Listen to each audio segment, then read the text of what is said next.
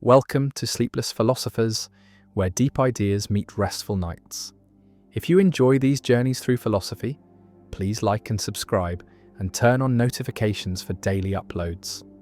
To support the channel, consider leaving a super thanks. Any amount helps us continue creating content. You can also become a member to request video topics. We're not monetized, so your support truly makes the difference. Now let the philosophy begin.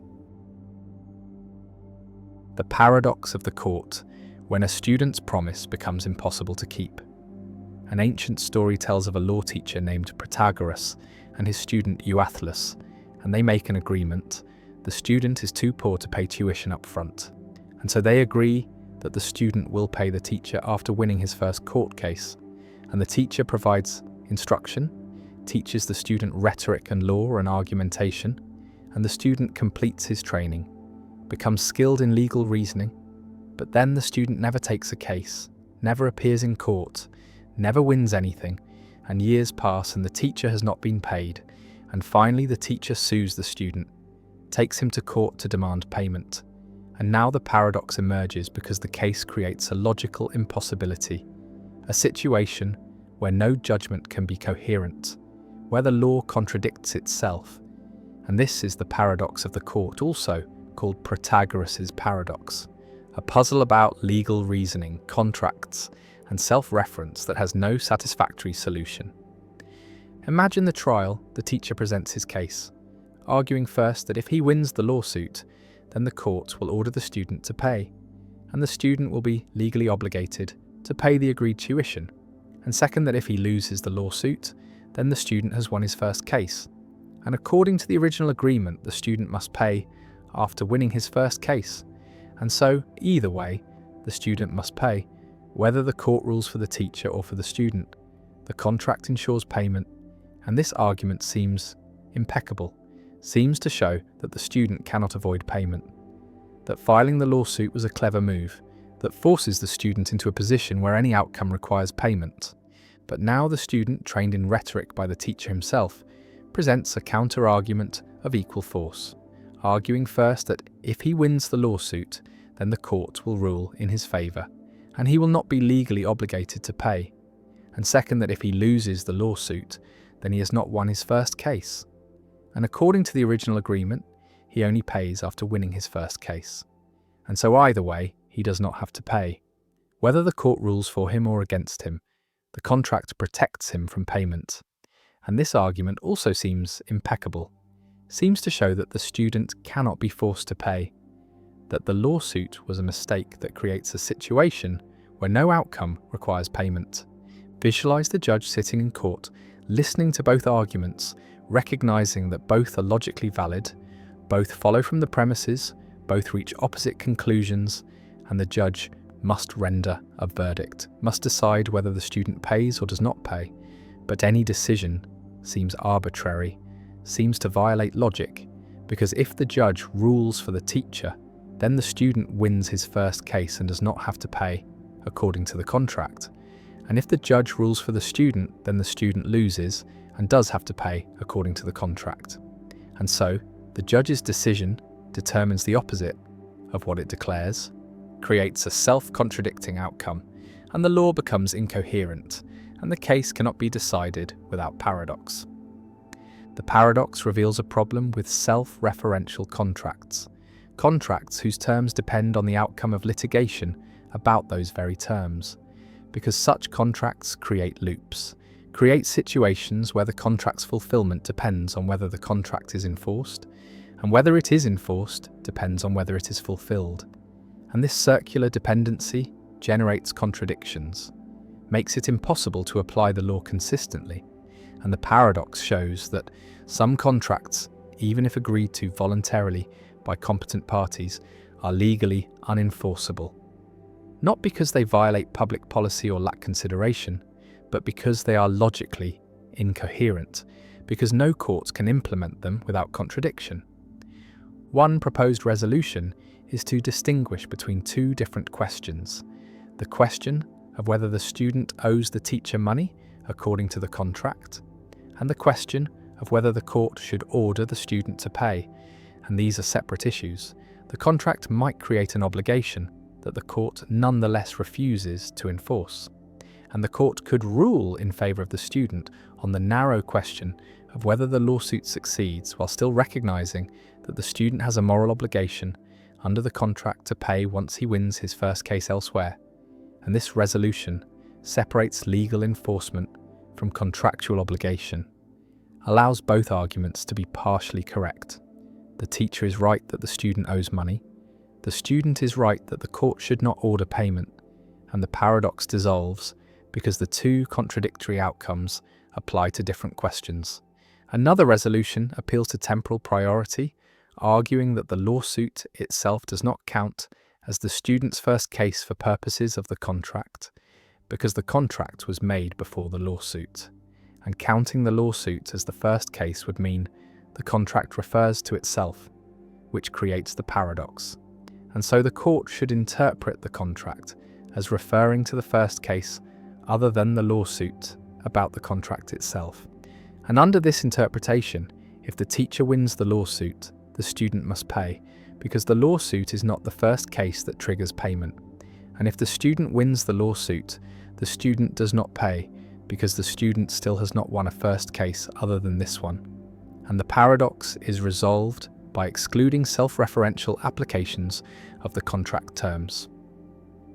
A third resolution argues that the contract is void because it is impossible to perform, because there is no possible world where the terms are satisfied without contradiction, and impossible contracts are unenforceable, and so the judge should declare the contract void and dismiss the case, leaving the student with no legal obligation, but perhaps a moral obligation to pay the teacher for services rendered.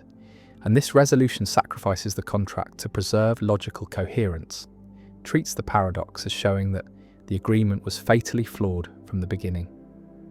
The paradox also raises questions about the limits of freedom of contract, about whether parties should be allowed to make any agreement they choose, or whether law should refuse to enforce agreements that are logically incoherent.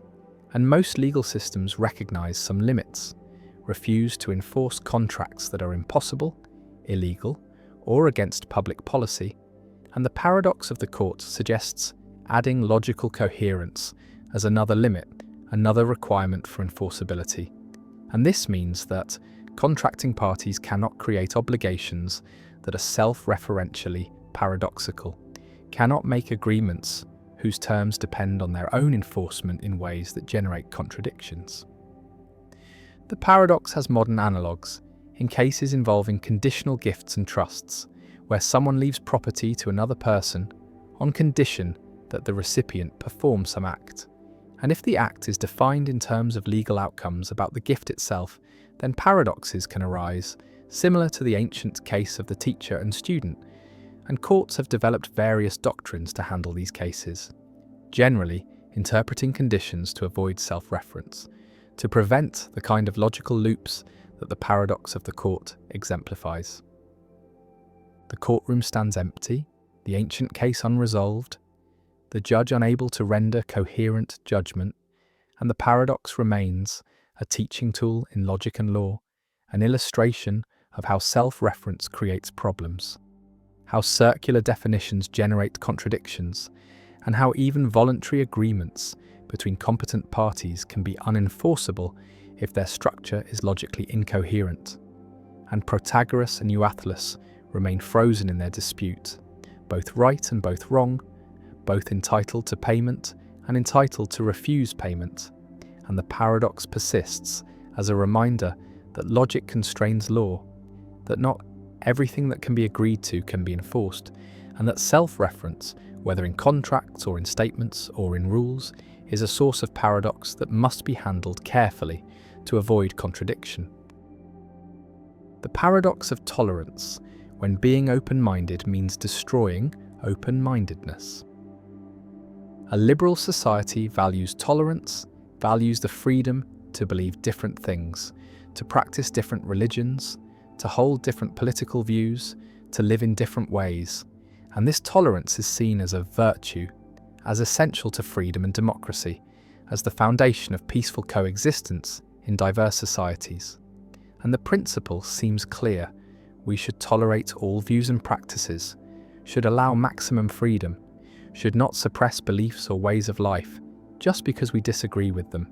And yet a problem emerges, a paradox first articulated clearly by philosopher Karl Popper in 1945, which asks what a tolerant society should do when faced with intolerance, when confronted by movements that reject tolerance itself, that seek to destroy the open society and replace it with authoritarianism, that demand the right to spread hate and silence opposition. And if the tolerant society tolerates these intolerant movements, if it grants them freedom to organize and spread their views, then the intolerant movements will eventually gain power and destroy tolerance itself, will shut down free speech, will persecute minorities, will end democracy, and the tolerant society will have tolerated itself out of existence. And this is the paradox of tolerance, the recognition that unlimited tolerance leads to the destruction of tolerance, that to preserve a tolerant society, it may be necessary to be intolerant toward intolerance, to refuse to tolerate those who would destroy tolerance. Imagine a democracy where free speech is protected, where all political views are allowed, where movements can organize and campaign and attempt to win power through elections. And now, imagine a fascist movement that explicitly rejects democracy, that promises to seize power and end elections and establish dictatorship. And this movement uses the freedoms of the democratic system to grow, uses free speech to spread propaganda, uses freedom of assembly to recruit followers, uses democratic procedures to gain seats in parliament, and at each stage, the democratic society faces a choice. Do we tolerate this movement? Do we allow it to continue operating within the system, even though its goal is to destroy the system? Or do we suppress it? Do we ban the movement, arrest its leaders, prevent it from spreading its message? And if we suppress it, are we betraying our own principles? Are we becoming intolerant ourselves? And if we do not suppress it, are we complicit in our own destruction? Are we naive? Are we allowing democracy to commit suicide? Popper's answer was that we should not tolerate the intolerant, that tolerance is not a suicide pact, that a society that wishes to remain tolerant must be willing to defend itself against movements that seek to destroy tolerance, and this means that tolerance has limits, that it does not extend to those who would abuse it to eliminate tolerance. And Popper acknowledged that this is paradoxical, that the tolerant society must practice intolerance, must suppress certain views, must limit freedom in order to preserve freedom. But he argued that this is necessary, that the alternative is the death of tolerance, and history supports this. Societies that tolerated fascist movements in the 1920s and 1930s saw those movements seize power and establish brutal dictatorships. And the lesson is that tolerance must be defended, that it cannot be absolute, that there are views and movements that cannot be accommodated within a free society because their goal is to end freedom. But this creates difficult questions about where to draw the line, about which views count as intolerably intolerant, about who decides, about what methods of suppression are legitimate. Because if we ban every movement that seems threatening, if we suppress every view that makes us uncomfortable, then we are no longer a tolerant society. We have become the oppressors. We have done the work of the intolerant for them. And so the paradox is not fully resolved by saying we should not tolerate intolerance, because we need principles to determine what counts as intolerance. What level of threat justifies suppression, and whether suppression means banning speech, banning organizations, arresting people, or merely refusing to engage, refusing to give platforms, refusing to treat intolerant views as legitimate options in public debate. Visualize a spectrum of intolerance. On one end are views that are merely offensive or unpopular, views that challenge prevailing norms, views that make some people uncomfortable. And these views, even if we find them objectionable, should be tolerated in a free society, should be allowed to be expressed and debated, because tolerance means accepting that people will hold views we dislike, And suppressing offensive views is censorship, is the tyranny of the majority, is the opposite of the tolerance we claim to value. And on the other end of the spectrum are movements that actively seek to destroy democratic institutions, that incite violence, that organize to strip rights from minorities, that threaten the basic conditions of a free society. And these movements, Popper argues, need not be tolerated, can be suppressed to protect the tolerant society. But the middle of the spectrum is murky, filled with cases where reasonable people disagree about whether a movement or view crosses the line. And this is where the paradox bites hardest, where we must make judgments without clear rules, where any decision risks either tolerating too much and allowing intolerance to grow, or suppressing too much and becoming intolerant ourselves. Some philosophers argue that the paradox can be resolved through procedural rules, through formal commitments to democratic processes. A tolerant society tolerates all views that accept the democratic framework, that agree to compete peacefully for power, that accept the results of elections and respect the rights of others. But it does not tolerate movements that reject these procedures, that seek power through violence or intimidation, that refuse to accept electoral defeat. And this procedural approach provides a clear line. Tolerance extends to those who play by the rules, not to those who seek to overturn the rules. But critics note that even this approach involves substantive value judgments, because the democratic framework itself embodies values like equality and freedom. And so we are saying we tolerate all views except those that reject our core values. And this is not neutral tolerance, but partisan tolerance, tolerance of a specific range of views that we have already deemed acceptable. Others argue that the solution involves distinguishing between tolerating views and tolerating actions, that a truly tolerant society allows people to hold and express any beliefs, but does not allow them to act on beliefs that harm others. So expressing racist views might be tolerated, but discriminatory actions are not.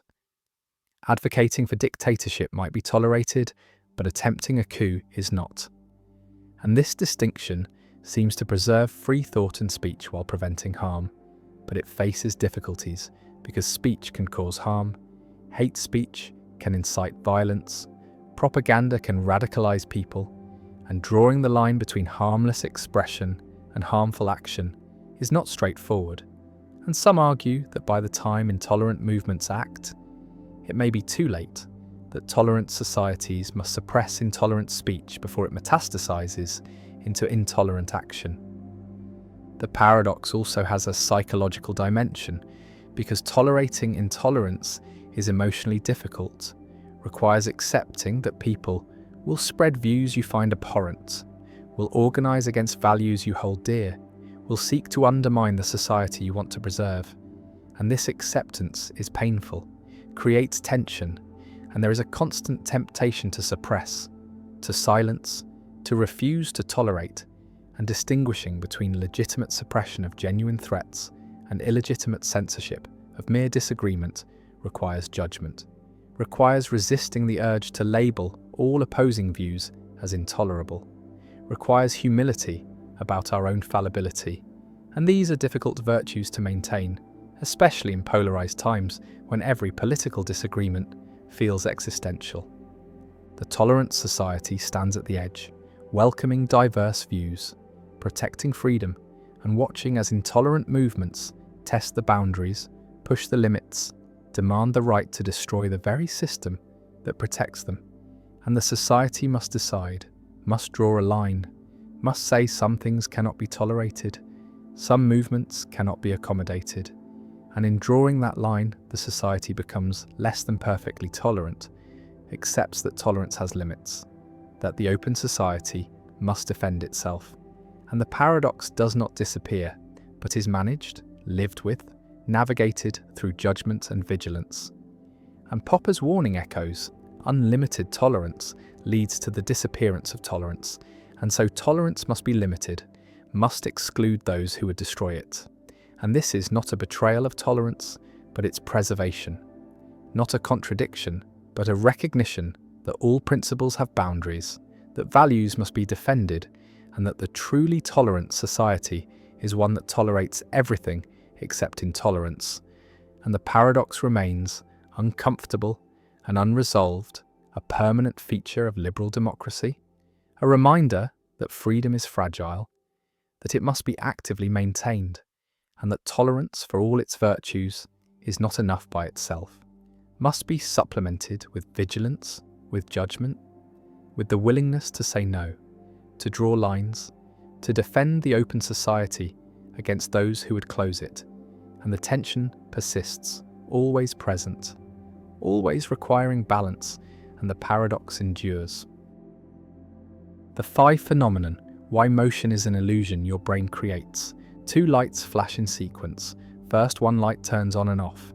Then a moment later, another light nearby turns on and off.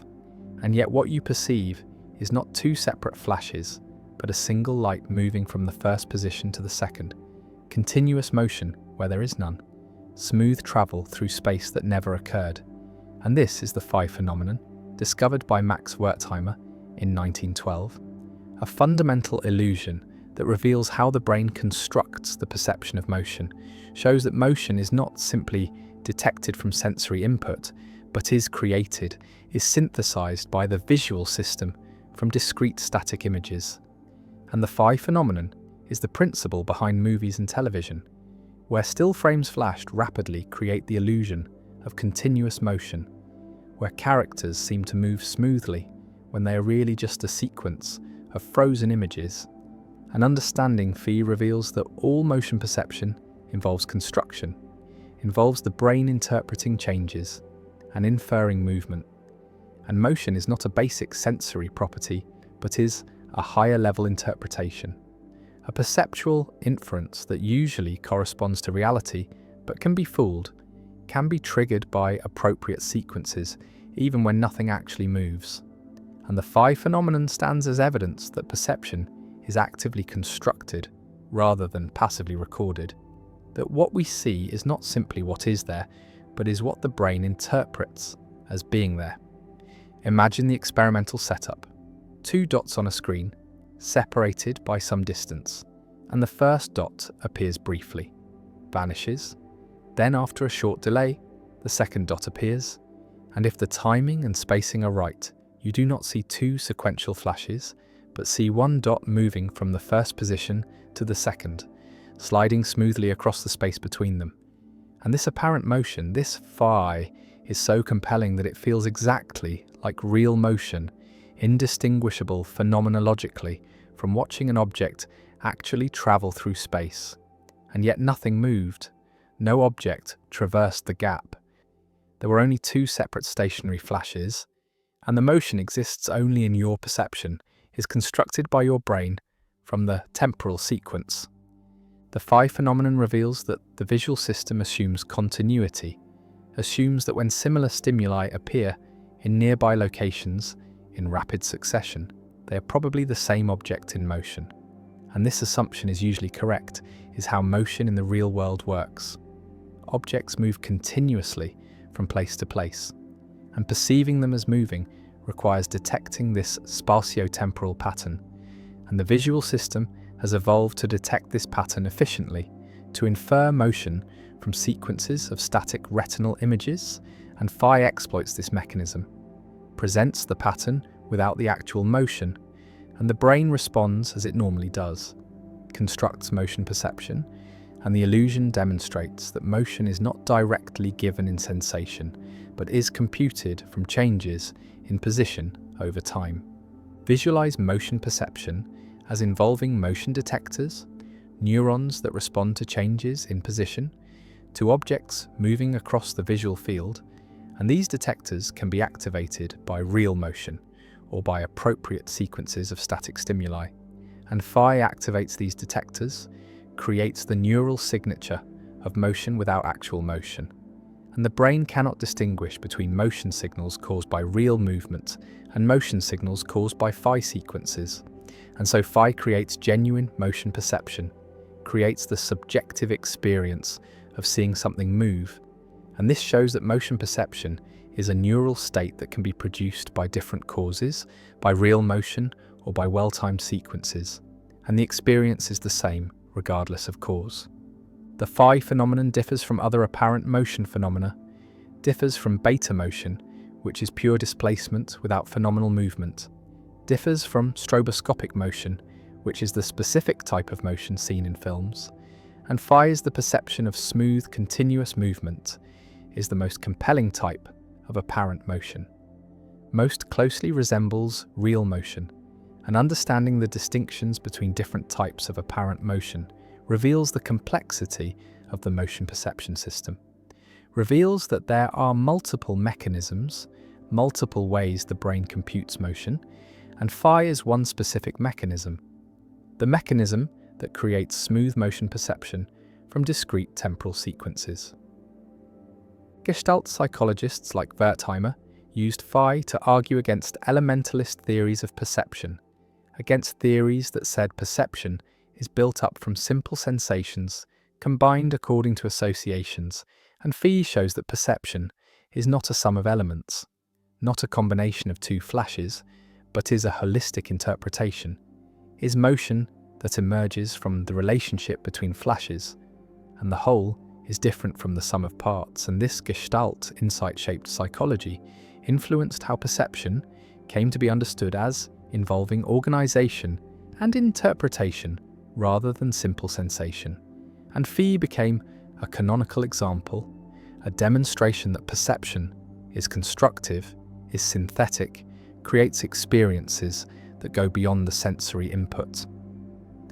The phi phenomenon also has philosophical implications for understanding consciousness and qualia, because the motion you experience in phi is phenomenologically real, is indistinguishable from real motion, and yet no motion occurred in the stimulus. And this raises questions about the relationship between experience and reality, about whether experiences are always caused by corresponding physical events. And phi shows they are not, shows that the same experience can be caused by different physical processes, by real motion, or by sequential flashes. And this supports functionalist theories of consciousness, supports the view that conscious experiences are not tied to specific physical substrates, but are computational states that can be realized in multiple ways. One implication of phi for film and animation is that smooth motion can be created with relatively low frame rates. As long as frames are spaced appropriately in time and space, the phi phenomenon will create smooth motion perception. And this is why movies work at 24 frames per second, why television works at similar rates. The temporal gaps between frames are short enough that phi fills them in, creates continuous motion, and filmmakers exploit phi to create realistic movement, to make still images come alive. And understanding phi has been crucial to developing motion picture technology, to optimizing frame rates and timing. Another implication concerns perceptual boundaries, concerns what counts as seeing motion versus what counts as inferring motion, because phi feels like seeing motion, feels like direct perception, not like making an inference or having a belief.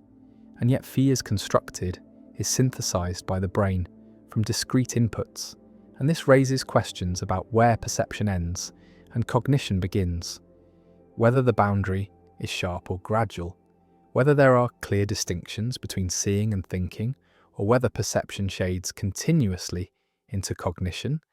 And phi sits on this boundary, is simultaneously perceptual, immediate, and phenomenologically direct and cognitive, involving complex processing and interpretation. The lights flash in sequence and motion appears, smooth travel from first to second, and nothing moved, only the brain moved from sensing to interpreting, from input to output. And phi emerges, motion created from stillness, continuity created from discontinuity. And the phenomenon reveals the constructive nature of perception, reveals that experience is not a mirror of reality, but is a model constructed by the brain, a model that usually tracks reality accurately, but can be manipulated, can be triggered by artificial sequences. And the phi phenomenon endures as one of the foundational discoveries in perceptual psychology, a demonstration that motion is not given but is made, is not detected but is computed, and every motion you see, real or apparent, involves this same computation, this same construction, and phi makes the construction explicit, shows that what seems most immediate, most directly perceived, is actually mediated, is processed, is inferred, and motion is an illusion, a useful, accurate illusion usually, but an illusion nonetheless. And phi reveals this and the lights flash on. The predestination paradox.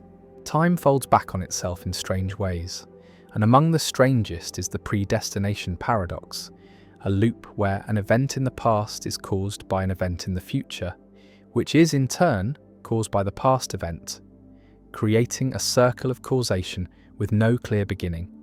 And yet, unlike other time travel paradoxes, this one involves no contradiction, only an unsettling sense that something is wrong with the very fabric of cause and effect. Imagine a historian who discovers an ancient artifact in a museum, a device whose origins are mysterious and unknown, and the historian becomes obsessed with understanding where it came from. And after years of research, they finally build a time machine and travel back to the era when the artifact should have been created. But upon arriving, they find no trace of it. No one has ever seen or heard of such a device. And in frustration, the historian accidentally leaves their own artifact behind in the past, where it is eventually discovered and placed in a museum, the very museum where the historian first found it centuries later. The artifact has no origin. It was never created. It simply exists in a loop, passed from future to past and back again, and the timeline is perfectly consistent. Every event follows logically from every other event. There is no contradiction, no paradox in the classical sense, and yet the mind recoils because it seems that something must have created the artifact, that objects do not simply exist without being made. The predestination paradox is closely related to the bootstrap paradox, but it emphasizes a different aspect of the problem, the idea that events can be predetermined by time travel, that the past is fixed not because of physical laws, but because travelers from the future have already shaped it, and any attempt to change history is doomed to fail because the changes have already happened. They are already part of the timeline. Consider a time traveler who learns of a great disaster and travels back to prevent it, but every action they take to stop the disaster instead contributes to causing it. Their warnings are misunderstood, their interventions backfire, and in the end, the disaster occurs exactly as history recorded, because the time traveler was always part of that history. Their presence was always woven into the events, and there was never any other possible outcome. This raises profound questions about free will and determinism, because if time travel is possible, and the timeline is self-consistent, then perhaps the future is already written, every choice already made, every action already determined, and the feeling of free will is an illusion, a sensation that accompanies actions that were always going to happen, that could never have happened any other way. Some physicists embrace this view, arguing that the universe is a block where past, present, and future all exist simultaneously, and that time travel simply reveals what was always true, that history is immutable, that the timeline is a fixed structure, and we are merely moving through it, experiencing events in sequence, but unable to alter them. Others find this vision disturbing, a denial of agency, a suggestion that nothing we do matters, because it has all already been decided, and they seek alternatives. Perhaps in the many worlds interpretation, where every time travel event creates a new branch, or in models where time is more fluid and the past can genuinely be changed, though such models often struggle to avoid contradictions. The predestination paradox also appears in ancient mythology and philosophy, in the story of Oedipus, who tries to escape a prophecy but instead fulfills it through his very attempts to avoid it, in the idea of fate and destiny that pervades many cultures, the sense that some events are meant to be, that the future shapes the past as much as the past shapes the future. The paradox lingers as a reminder that time is stranger than it appears, that causation may not be as simple as earlier leading to later, that loops and circles might be woven into the structure of reality, and that the question of whether the future is open or closed, whether we are free or determined, may be inseparable from the question of whether time travel is possible, and if so, what kind of time travel the universe permits. The paradox of the ravens, yet another formulation of Hempel's problem. The paradox appears under multiple names because different philosophers have formulated it independently or emphasized different aspects. And the paradox of the ravens is essentially identical to the paradox of confirmation and to the raven paradox, all referring to Hempel's discovery that observing non-black non-ravens logically confirms the hypothesis that all ravens are black. And this formulation emphasizes the ravens themselves, emphasizes that the hypothesis is about a specific class of objects, ravens, and yet evidence can come from observing completely different objects, apples and shoes and clouds, and the paradoxical nature lies in this disconnect between what the hypothesis is about and what confirms it, between the subject matter and the evidence, and calling it the paradox of the ravens highlights this strange relationship, makes explicit that ravens are the subject of the hypothesis, but need not be the subject of confirming observations. The multiplicity of names reflects the paradox's importance, its centrality to philosophy of science, because a problem this fundamental is rediscovered repeatedly, is approached from different angles, and each formulation brings slightly different emphasis, highlights different aspects of the puzzle, and some formulations focus on confirmation theory, on the formal logic of evidence, while others focus on scientific practice, on what scientists actually do when testing hypotheses, and still others focus on intuitions, on the clash between logical conclusions and common sense judgments. And all these perspectives are valuable, all contribute to understanding the paradox, and the proliferation of names is a sign of the paradox's richness, its ability to raise questions at multiple levels, from technical issues in confirmation theory to broad questions about scientific method. The paradox also connects to debates about Bayesian versus frequentist approaches to statistics and inference, because Bayesians have a ready answer to the paradox, can explain using Bayes' theorem why red apples confirm that all ravens are black, but provide only negligible confirmation, while frequentists struggle more, find it harder to explain the asymmetry between observing ravens and observing non-ravens. And this has led some philosophers to see the raven paradox as evidence for Bayesianism, as showing that Bayesian methods are better equipped to handle confirmation than classical approaches, though others argue that the paradox is not decisive, that various approaches can accommodate it with appropriate modifications. The paradox remains a standard topic in philosophy curricula, a problem that every student encounters, and despite its age, despite being formulated in the 1940s, it continues to generate discussion, continues to appear in new papers and books, because it is simple enough to explain quickly, deep enough to sustain extended analysis, and challenging enough that no solution is universally accepted.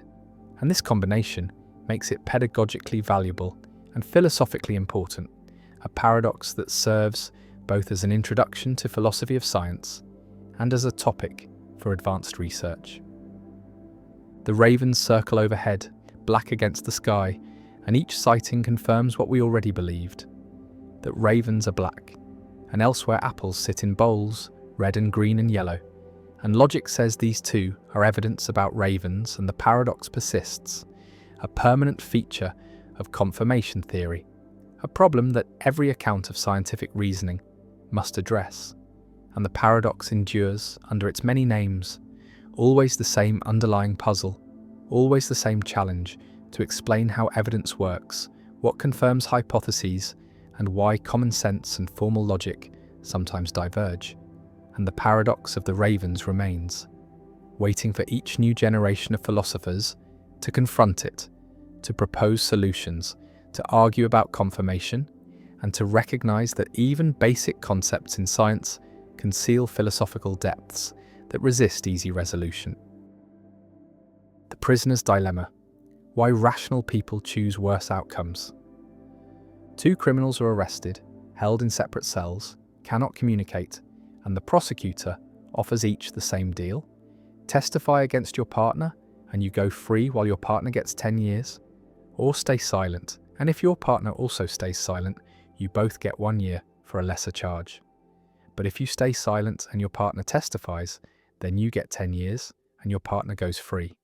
And if you both testify, you both get 5 years, and each prisoner must decide independently, without knowing what the other will choose. And the rational analysis is straightforward. From each prisoner's perspective, testifying dominates staying silent. If your partner stays silent, you get freedom by testifying versus 1 year by staying silent. And if your partner testifies, you get 5 years by testifying versus 10 years by staying silent. So regardless of what your partner does, you're better off testifying. And since both prisoners reason this way, both testify, both get 5 years, and yet if both had stayed silent, both would have gotten only 1 year. And so rational individual decision-making produces a collectively worse outcome. And this is the prisoner's dilemma, one of the most important concepts in game theory, a demonstration that individual rationality can lead to collective irrationality, that pursuing self-interest can harm everyone, including yourself. And the dilemma has applications across economics, politics, environmental policy, international relations, and reveals fundamental tensions between individual and collective good, between rationality and cooperation. Imagine being one of the prisoners, sitting in the cell, considering your options, and you reason: if I stay silent, I get either 1 year if my partner stays silent, or 10 years if my partner testifies. And if I testify, I get either freedom if my partner stays silent, or 5 years if my partner testifies. And comparing these, testifying is better in both cases, gives me a better outcome regardless of what my partner does. And this is a dominant strategy, a strategy that is best no matter what others do. And rationality seems to require choosing your dominant strategy. And so you testify, and your partner reasons the same way, also testifies, and you both get 5 years. And looking back, you realize that if you had both stayed silent, you would both be better off, would both get only 1 year, but you had no way to ensure your partner would stay silent, no way to trust. And without trust, the rational choice is to testify, even though cooperation would benefit both. The prisoner's dilemma demonstrates the difference between Nash equilibrium, a state where no player can improve by changing strategy unilaterally, and Pareto optimality, a state where no one can be made better off without making someone worse off. And in the dilemma, both testifying is a Nash equilibrium because neither prisoner can improve by switching to silence if the other is testifying. But both testifying is not Pareto optimal because both could be better off if both stayed silent. And this divergence between equilibrium and optimality is what creates the dilemma, shows that rational individual decision-making can get stuck in suboptimal outcomes, can fail to reach mutually beneficial cooperation. Visualize the dilemma as a payoff matrix. Rows represent prisoner A's choices, columns represent prisoner B's choices, and the cells show the outcomes. And the structure reveals that mutual cooperation yields better outcomes than mutual defection. But cooperation is risky, is vulnerable to exploitation, and defection is safe. Is the rational choice if you cannot trust your partner. And the dilemma captures this tension between cooperation and defection, between trusting others and protecting yourself. And this tension is ubiquitous, appears in countless real-world situations, from arms races to environmental agreements to business competition. The prisoner's dilemma has multiple variants: iterated prisoner's dilemma, where the same players interact repeatedly.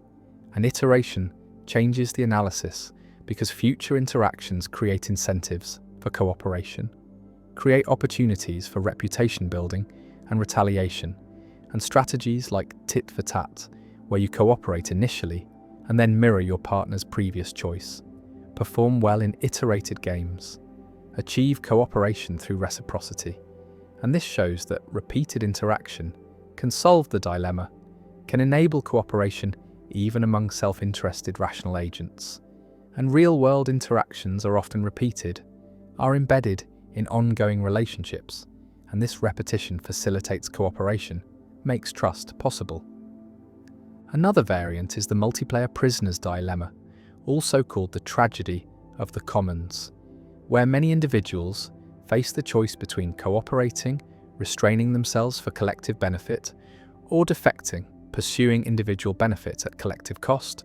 And examples include overfishing, pollution, climate change, where each individual's rational self-interest leads to collective disaster. And the tragedy of the commons shows that the prisoner's dilemma scales applies to large groups. And the problem is even harder with many players because coordination is more difficult, free riding is easier, and collective action problems arise, and solving these requires institutions, requires mechanisms for enforcement, for monitoring, for punishing defectors. And this is why societies have laws, have regulations, have enforcement mechanisms, because voluntary cooperation is difficult to sustain in large groups facing prisoners' dilemmas.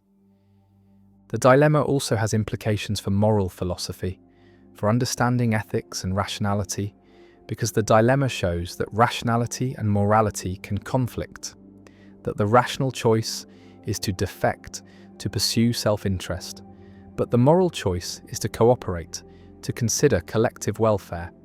And this conflict challenges theories that equate rationality with morality, shows that purely self-interested rationality is insufficient for social welfare, requires supplementation with moral considerations, with concern for others, and various moral theories respond differently. Consequentialism might argue that the rational thing is to cooperate because outcomes matter. Contractarianism might argue that rational agents would agree to constraints on defection to avoid mutual harm, and virtue ethics might argue that cooperating reflects good character, even if not strictly rational, in narrow self-interest. One lesson from the prisoner's dilemma is the importance of institutions, of mechanisms that change incentives, that make cooperation rational, and laws that punish defection, contracts that bind parties, monitoring systems that detect cheating, all serve to solve prisoners' dilemmas. All transform situations where defection is rational into situations where cooperation is rational. And understanding the dilemma helps design better institutions, helps create systems where individual incentives align with collective good, and much of economics and political science concerns this problem, concerns how to structure institutions to promote cooperation in dilemma-like situations. Another lesson is the importance of communication, of trust building, of reputation, because in real-world dilemmas, players can communicate, can make commitments, can observe each other's behavior over time, and these factors facilitate cooperation, make it easier to coordinate on the cooperative outcome. And experiments show that allowing communication increases cooperation rates dramatically in prisoners' dilemmas. And this is why diplomacy matters, why negotiation matters, why building relationships matters, because these processes enable cooperation even when individual incentives favour defection. The prisoners sit in separate cells, cannot communicate, face the choice, and rational analysis drives them both to testify, to defect, even though cooperation would benefit both. And the dilemma reveals that rationality is not enough, that collective outcomes require more than individual optimization, require cooperation, trust, institutions, repeated interaction, communication, and the prisoner's dilemma remains one of the most important concepts in social science, a simple game that captures fundamental tensions in social life, that shows why cooperation is difficult, why self-interest can be self-defeating, why rational agents can fail to achieve optimal outcomes, and the dilemma persists as a permanent challenge to theories of rationality, to assumptions about markets and institutions, and as a tool for understanding why societies need laws, norms, enforcement, reputation, communication, all mechanisms that help solve dilemmas that enable cooperation despite individual incentives to defect. And the prisoners testify, and both lose more than they needed to, and the dilemma endures. The problem of universals: why redness exists everywhere and nowhere. A philosopher observes that multiple objects share properties. Multiple things are red, multiple objects are round, multiple animals are cats, and this sharing, this commonality, requires explanation, requires understanding what it is for different things to have the same property. And this is the problem of universals, one of the oldest and most fundamental problems in metaphysics. The question of whether properties like redness or roundness or cathood are real entities that exist independently of particular objects, are universals that multiple particulars instantiate, or whether properties are merely names, merely words we use to group similar objects without corresponding to any real shared entity. And the problem divides philosophers into realists who accept that universals exist and nominalists who deny them, and both positions face difficulties. Both must explain how we think and talk about properties, how science discovers laws about kinds, how resemblance works, and neither position has one consensus. And the problem of universals remains one of the deepest questions in ontology, a question about the fundamental furniture of reality, about what kinds of things exist. Imagine two red objects, a red ball and a red shirt, and they share something, they are both red, and the question is what this sharing amounts to, what grounds the similarity.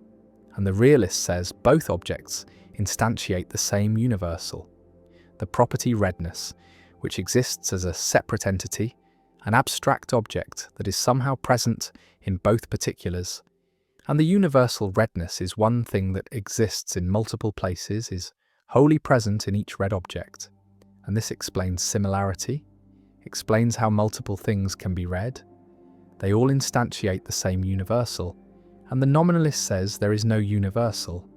There are only the particular red objects, and the similarity is primitive, is a brute fact, or is explained by resemblance. The objects resemble each other, or is explained by linguistic convention. We call both red using the same word, and redness is not a real entity, but is a feature of our language or conceptual scheme. The problem can be stated as a dilemma. Either properties are universals, abstract entities that exist independently of particulars, or properties are just features of particulars. And if properties are universals, then we face the problem of how abstract entities relate to concrete particulars, how universals are present in objects, whether they exist in Plato's realm of forms separate from physical reality, or exist in objects themselves, as Aristotle thought. And if properties are just features of particulars, then we face the problem of explaining resemblance, explaining what makes multiple objects similar, what grounds classification into kinds, and neither horn is comfortable, neither provides an obvious easy answer. And the problem of universals forces us to choose between problematic metaphysics or problematic nominalism. Visualize the realist picture, a realm of abstract universals, redness, roundness, cathood, existing eternally and independently, and particular objects participating in these universals, instantiating them, exemplifying them, and an object is read by standing in an instantiation relation to the universal redness. And this relation is mysterious, is not itself explained. How do abstract universals connect to concrete particulars?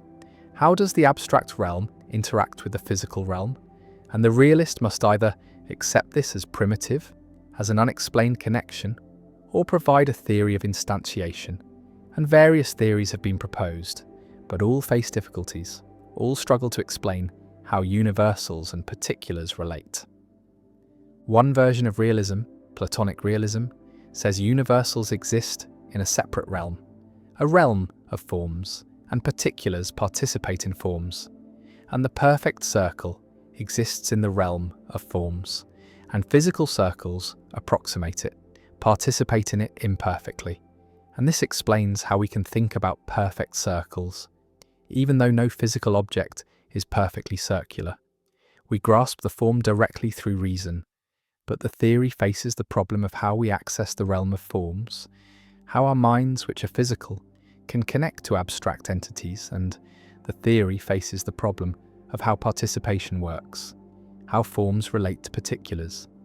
And Aristotle rejected Platonic realism, argued that forms exist in particulars, are immanent in objects, not transcendent, and redness exists in red objects, is a component of them, and this avoids the separate realm, but creates other problems.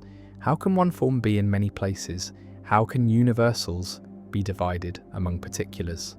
Nominalism rejects universals entirely, accepts only particulars, and explains similarity without appealing to shared properties. And various nominalist strategies exist.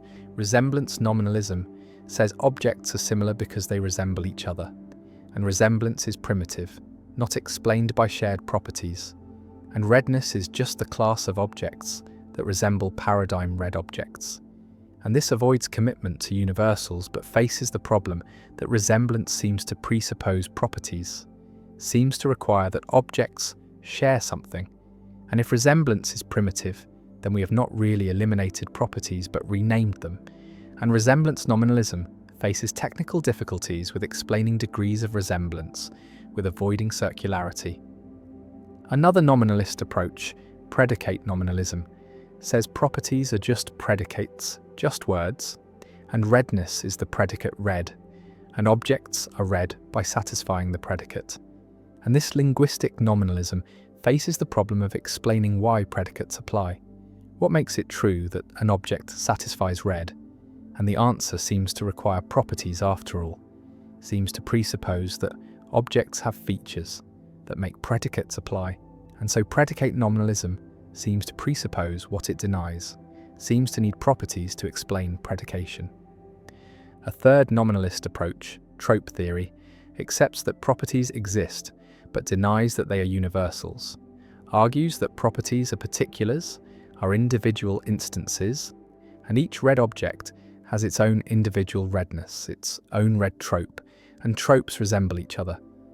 Explains similarity, and universals are eliminated, replaced by classes of resembling tropes, and this approach preserves some realist insights, accepts that properties are real, while avoiding commitment to abstract universals, and trope theory has been developed extensively, has become a major alternative to both traditional realism and nominalism, and provides a middle ground that many find attractive. The problem of universals also affects science, affects understanding what scientific laws are, because laws concern kinds, concern all electrons or all mammals, and laws seem to involve universals, seem to say that all objects instantiating a certain universal behave in certain ways, and if universals do not exist, then what are laws about? Are they merely regularities in particular objects? Are they conventions of our theorizing? And nominalists must explain how science discovers objective laws if kinds are not real, if universals do not exist. And this challenge drives some philosophers toward realism, toward accepting that kinds are real, that universals exist because science seems to require them. The red ball and red shirt share something or do not share anything, are similar by instantiating a universal or by resembling each other.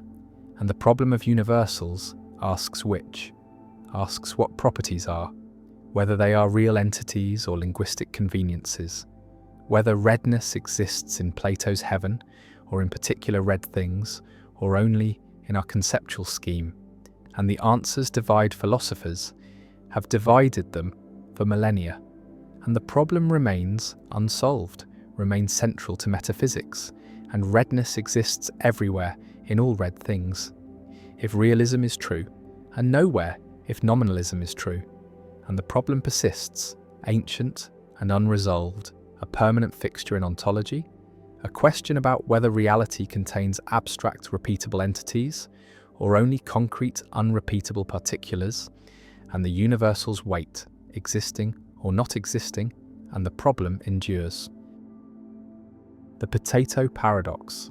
A farmer harvests 100 kilograms of potatoes, and these potatoes are 99% water by weight, meaning that only 1 kilogram is solid potato material and 99 kilograms is water.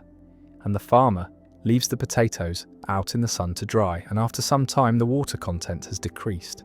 The potatoes are now 98% water instead of 99%. And the question is posed, how much do the potatoes weigh now? And the intuitive answer is that they have lost a little water, perhaps 1 kilogram, and so they now weigh 99 kilograms, or perhaps 98 kilograms. But this intuition is wildly wrong. The correct answer is that the potatoes now weigh 50 kilograms. They have lost half their weight, and this shocking result is the potato paradox, a puzzle about percentages and proportions that reveals how badly human intuition handles these concepts. The calculation proceeds as follows. The solid potato material, the non-water part, weighs 1 kilogram both before and after drying. This does not change. The potatoes lose water, but not solid material. And before drying, this 1 kilogram of solid material represents 1% of the total weight, because the potatoes are 99% water and 1% solid. And after drying, this same 1 kilogram of solid material must represent 2% of the total weight, because the potatoes are now 98% water and therefore 2% solid. And if 1 kilogram is 2% of the total weight, then the total weight must be 50 kilograms, because 1 kilogram divided by 2% equals 50 kilograms. And so the potatoes have lost 50 kilograms of water, going from 100 kilograms to 50 kilograms, even though the percentage of water has decreased by only 1 percentage point, from 99% to 98%. The paradox reveals how deceptive percentages can be, how a small change in percentage can correspond to a large change in absolute quantity, and the confusion arises from conflating different reference points. The percentage of water is calculated relative to the total weight, which itself changes as water is lost. And so the meaning of 99% water before drying is different from the meaning of 98% water after drying, because the total weight is different. And this shifting reference point makes the percentage decrease seem small when in fact it corresponds to a massive, absolute loss of water. Another way to see the solution is to focus on the solid material. Before drying, the ratio of water to solid is 99:1, and after drying the ratio is 98:2, which simplifies to 49:1. And since the solid material remains 1 kilogram throughout, the water content must be 49 kilograms after drying, giving a total weight of 50 kilograms. And this calculation makes clear that the ratio of water to solid has nearly halved, from 99 parts water per part solid to 49 parts water per part solid. And this large change in ratio corresponds to the loss of half the total weight. The potato paradox has analogues in many real-world contexts where percentages and proportions are used. In economics, where small percentage changes in large quantities can represent enormous absolute changes. In medicine, where changes in concentrations or doses must be carefully calculated to avoid errors. In environmental science, where changes in atmospheric composition are measured in parts per million but can have large effects. And in all these contexts, the potato paradox serves as a warning that percentage changes can be misleading, that absolute quantities matter, and that careful calculation is necessary to avoid errors. The paradox also illustrates a general principle about proportions, that when the total changes, percentages relative to that total change in non-obvious ways, and that converting between percentages and absolute quantities requires attention to what the percentage is calculated relative to, and failure to track the denominator, failure to notice that the reference point is shifting, leads to systematic errors in reasoning, errors that the potato paradox exemplifies.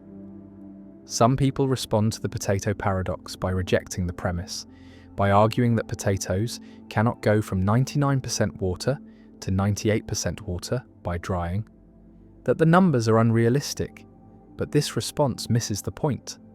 The paradox is a thought experiment designed to illustrate mathematical relationships, and while the specific numbers may be exaggerated for effect, the underlying principle is sound, and similar calculations arise in realistic scenarios involving concentrations, dilutions, evaporations, and mixing, and understanding the potato paradox helps avoid errors in these practical contexts. The paradox is also pedagogically valuable. It is often used to teach proportional reasoning, to help students understand the difference between absolute and relative quantities, to emphasize the importance of identifying what a percentage is calculated relative to, and to show that intuition about percentages is often wrong, that careful calculation is necessary, and that problems involving changing totals require extra care. And students who master the potato paradox gain insight into a whole class of problems involving ratios, proportions, and percentages, problems that appear throughout mathematics, science, economics, and everyday life. The 100 kilograms of potatoes sit in the sun, water evaporating, and the percentage of water drops from 99 to 98. A change that sounds small, that feels negligible, and yet the weight has halved. 50 kilograms of water have disappeared, and the potatoes now weigh 50 kilograms. And this result shocks, violates expectation, reveals the gap between how percentages sound and what they mean, and the paradox endures, a simple problem with a surprising answer, a calculation that seems wrong but is right, a demonstration that percentages are tricky, that proportions shift in non-obvious ways, and that human intuition about these matters is unreliable, needs correction, needs training, needs the discipline of mathematics to avoid systematic error. And the paradox remains, taught in classrooms, discussed in puzzles, a permanent reminder that numbers are subtle, that context matters, that reference points shift, and that the gap between 99% and 98%, which sounds like 1%, can actually represent 50% of the total. And the potatoes shrink, the water evaporates, and the weight drops, and the paradox persists, elegant and instructive, a lesson in proportional reasoning wrapped in a story about potatoes and sunshine.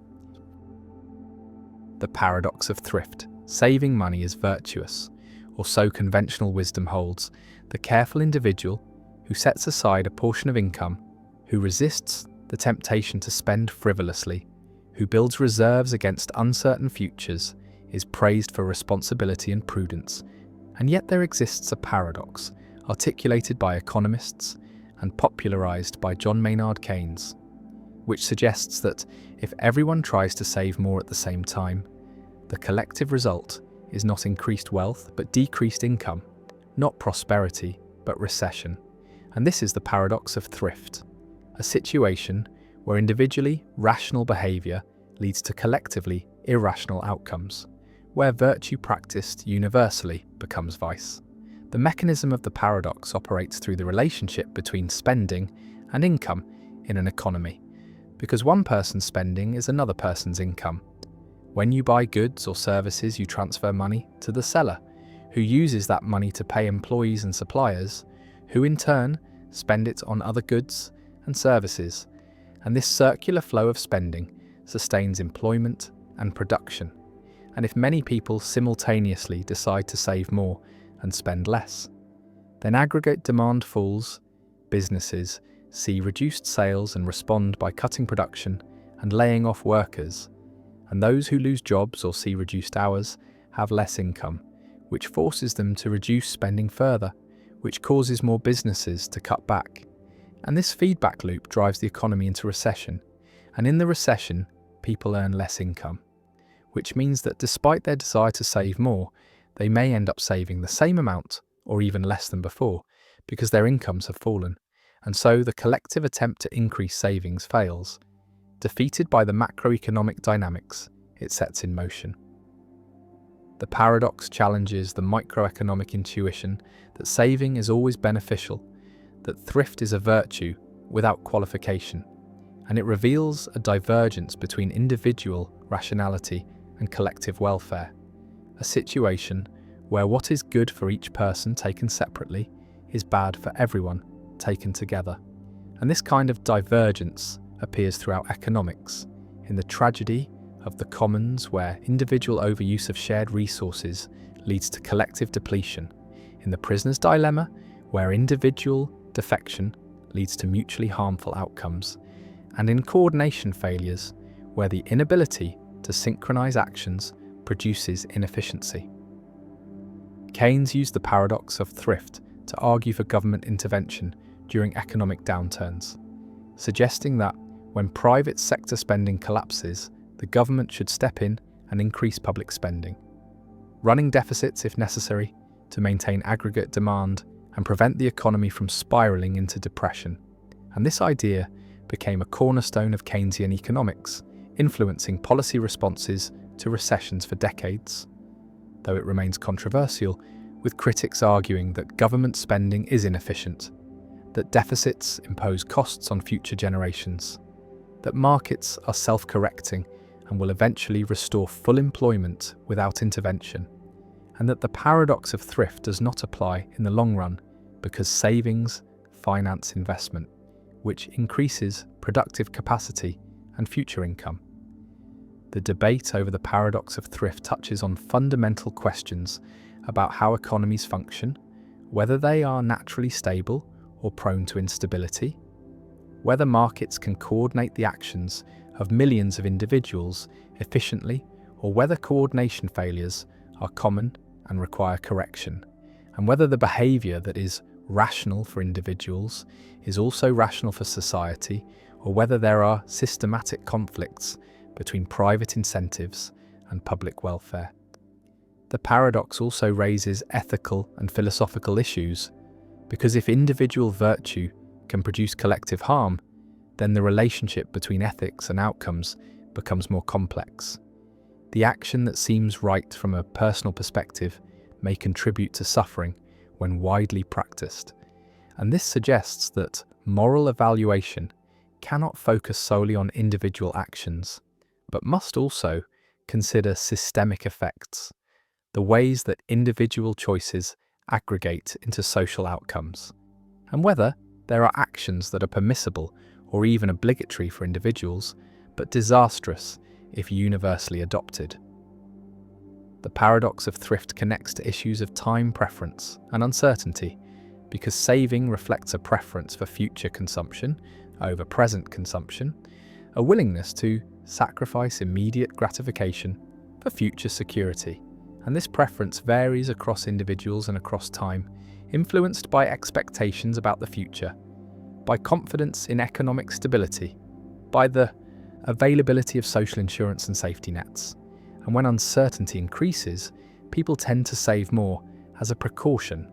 And this precautionary saving can trigger the paradox, can cause the very economic instability that people are trying to protect themselves against, creating a self-fulfilling prophecy where fear of recession causes recession.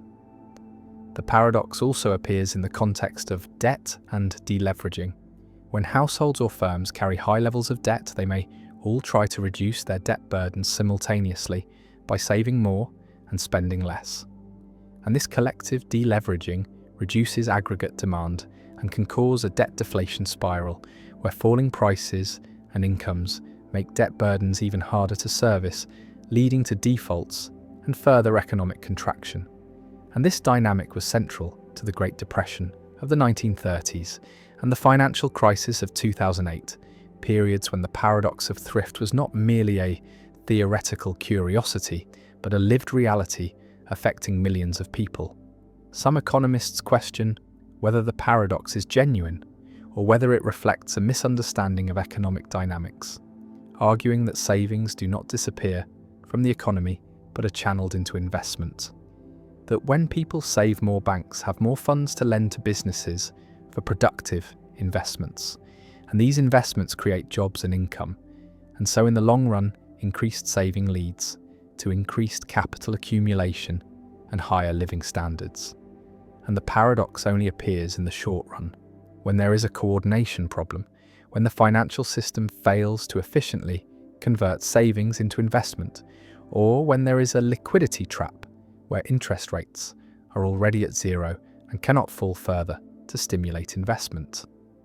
The paradox of thrift remains a central concept in macroeconomics, a reminder that economies are complex systems where individual actions interact in non-obvious ways, where feedback loops and emergent properties can produce outcomes that no one intended or desired, and where the aggregation of individual rationality does not necessarily produce collective rationality.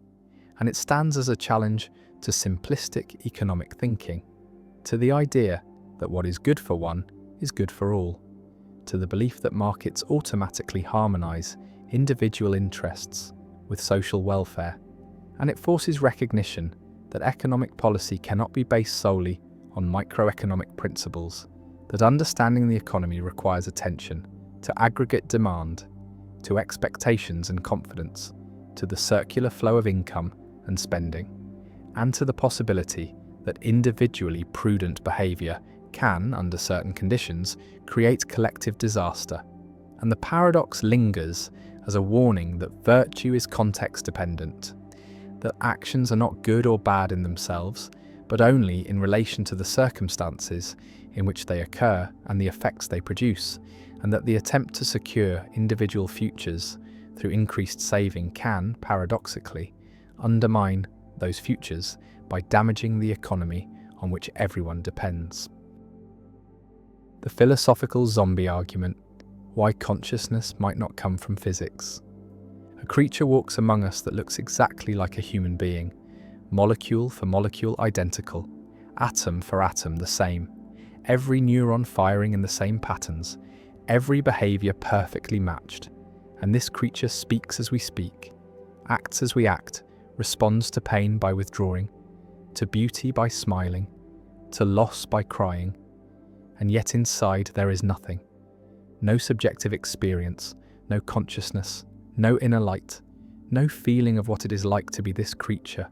And this being is called a philosophical zombie, or P-zombie, a thought experiment in philosophy of mind that challenges physicalism, challenges the view that consciousness is nothing more than physical processes, and the zombie argument asks us to imagine such creatures, to consider whether they are conceivable, and if they are conceivable, then they are metaphysically possible, and if they are possible, then consciousness cannot be identical to physical processes, cannot be reduced to brain states, because the zombie has all the physical processes but lacks consciousness. And this shows that consciousness is something extra, something additional to the physical. And this is the philosophical zombie argument, deployed by David Chalmers and others to defend property dualism, to argue that subjective experience is not reducible to objective physical facts. And the argument remains one of the most debated arguments in contemporary philosophy of mind. Imagine encountering a zombie, engaging in conversation, watching it navigate the world, and nothing in its behavior betrays the absence of consciousness. It claims to be conscious, describes its experiences in first-person terms, acts exactly as a conscious being would act, and the only difference, the only divergence between zombie and human is the inner life, the presence or absence of subjective experience, and the zombie has none, is dark inside, operates purely through physical mechanisms without any accompanying phenomenology. And the argument asks whether such a being is conceivable, whether we can coherently imagine it, and if we can, then consciousness is not necessitated by physical structure, is not entailed by brain processes, and physicalism fails, and some form of dualism must be true. The argument can be stated formally as follows: it is conceivable that there be zombies, creatures physically identical to humans, but lacking consciousness. If zombies are conceivable, then they are metaphysically possible. If zombies are metaphysically possible, then consciousness is not identical to physical processes. Therefore, consciousness is not identical to physical processes. And this conclusion challenges materialism, challenges the view that everything is physical, that mental states are brain states, and forces recognition of an explanatory gap, a gap between physical facts and phenomenal facts that cannot be bridged by physical explanation alone. Visualize two worlds. One is our world, filled with conscious beings who have inner lives, who experience redness and pain and joy, and the other is zombie world, physically identical. Every particle in the same position, every force acting identically, but lacking consciousness.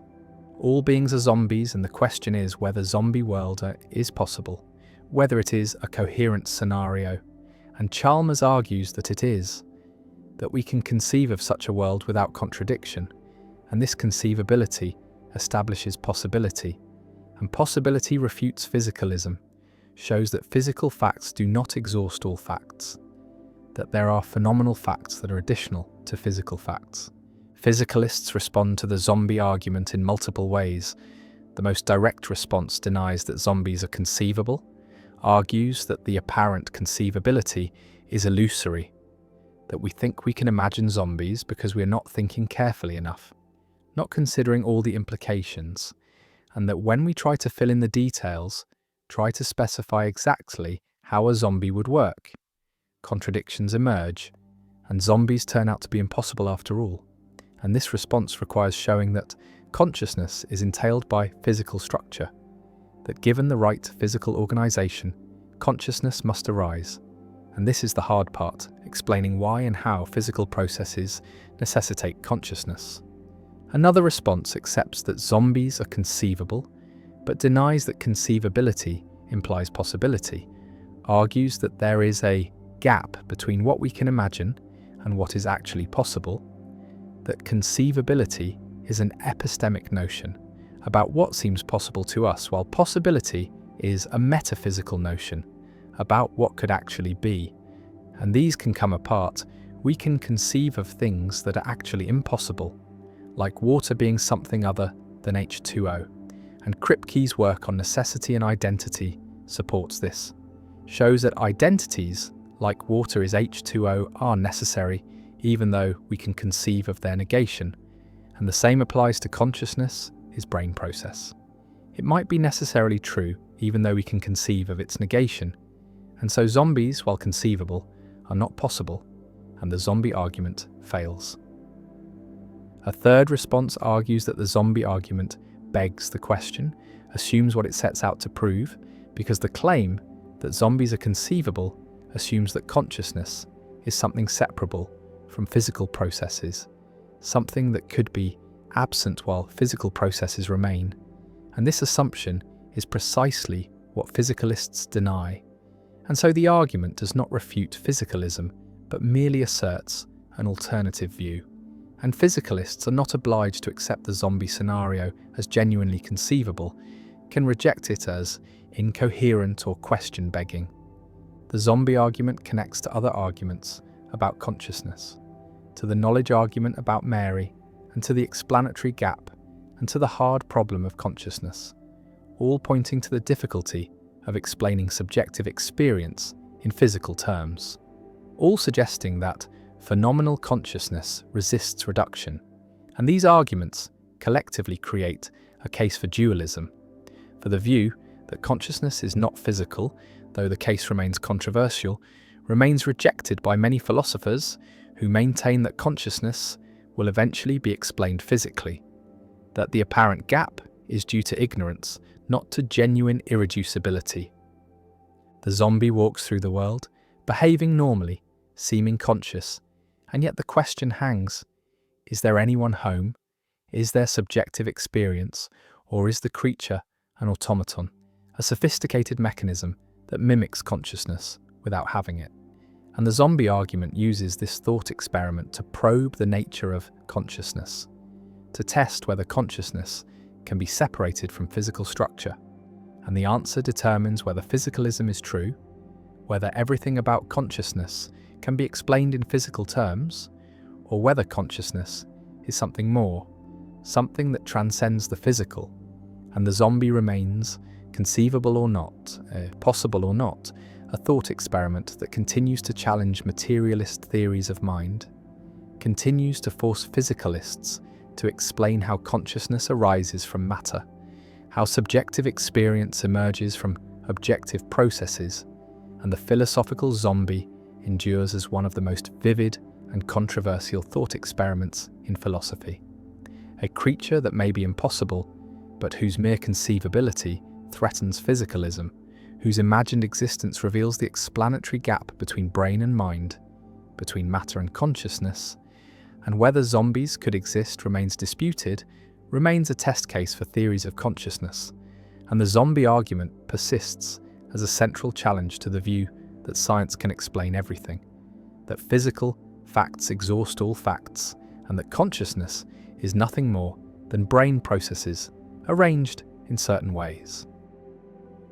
The Preface Paradox.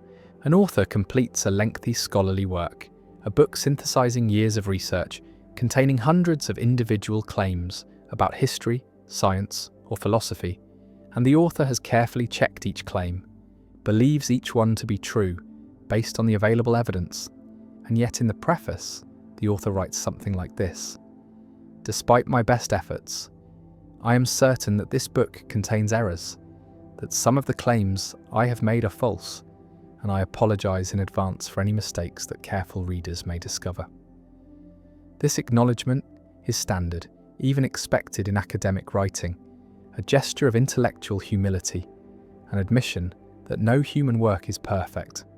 That error is inevitable in any sufficiently complex undertaking, and yet this creates a paradox, because the author believes each individual claim in the book believes that claim 1 is true, that claim 2 is true, that claim 3 is true, and so on for all the claims, and belief is usually thought to be closed under conjunction, meaning that if you believe each of several propositions, then you should believe their conjunction, and so the author should believe that all the claims in the book are true, and yet the author also believes that at least one of the claims is false, that not all of them are true, and these two beliefs are contradictory. And so the author holds contradictory beliefs, and this seems irrational. Yet the author's behaviour seems entirely reasonable. Both the individual beliefs and the belief that some of them are false seem justified. And so the preface paradox reveals a tension between rationality and consistency, between what it is reasonable to believe and what logic says about the relationships between beliefs. The paradox was first articulated clearly by David Mackinson in 1965, though related issues had been discussed earlier, and it challenges the principle that rational belief is closed under conjunction, that if you rationally believe P and rationally believe Q, then you must rationally believe P and Q, because in the preface case, the author rationally believes each claim individually, but rationally believes that their conjunction is false, or at least that the conjunction is likely to contain errors. One response is to reject closure, to argue that rational belief is not closed under conjunction, that it is possible to rationally believe many individual propositions without rationally believing all of them together, especially when the number of propositions is large and the probability that each is true, while high, is less than certainty. Because if each claim has a 99% chance of being true, then a book with 100 claims has only about 37% chance of having all its claims be true, and so it is perfectly rational to believe each claim while doubting that all are true. Another response is to distinguish between degrees of belief, arguing that the author assigns high credence to each individual claim, perhaps 99%, but assigns lower credence to the conjunction of all the claims, and that there is no contradiction here, only a recognition that confidence decreases as the number of independent claims increases. And this response draws on probabilistic or Bayesian approaches to rational belief, where belief comes in degrees rather than being all or nothing, and where the probability of a conjunction is the product of the probabilities of the conjuncts, if they are independent, and so the probability that all claims are true can be much lower than the probability that any particular claim is true. A third response is to argue that the author's belief in the preface, the belief that the book contains errors, is of a different kind than the beliefs in the individual claims, that it is a higher order belief about the author's own fallibility rather than a first order belief about the subject matter of the book, and that there is no direct contradiction between believing that you are generally fallible and believing specific claims, just as there is no contradiction in a weather forecaster believing that their forecasts are occasionally wrong while believing that today's forecast is correct. The preface paradox connects to broader issues in epistemology about the nature of rational belief, the role of evidence, the significance of consistency, and whether it is possible for a rational agent to knowingly hold inconsistent beliefs. And while inconsistency is generally considered a mark of irrationality, the preface paradox suggests that there are cases where inconsistency, or at least apparent inconsistency, is unavoidable and perhaps even required by rationality, because to refuse to acknowledge the possibility of error when error is statistically almost certain would itself be a form of irrationality, a failure to properly calibrate beliefs to the evidence.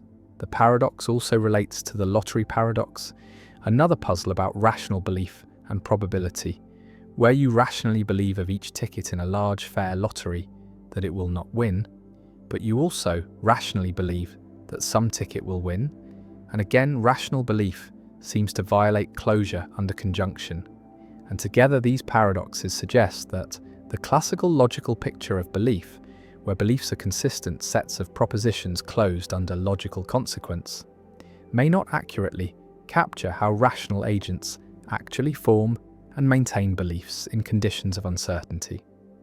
The preface paradox has practical implications for how we think about knowledge and expertise, because it suggests that experts, even while justifiably confident in their individual judgments, should maintain an overall humility about the possibility of error. And this humility is not a sign of weakness or uncertainty, but a recognition of the statistical reality of human fallibility. And it supports practices like peer review, replication, and open debate, all of which are mechanisms for catching errors that individual researchers, despite their care and expertise, are likely to make. The paradox also raises questions about the ethics of assertion and testimony, about what it is permissible to assert or to claim as knowledge, because if the author knows that the book contains errors, in the sense of being confident that at least one claim is false, then is it honest to present the book as if all the claims are true, or should every claim be hedged with qualifications and caveats? And if so, would this not make communication impossibly cumbersome? And yet, if we present claims without hedges, do we mislead our audience? Do we pretend to a certainty we do not possess?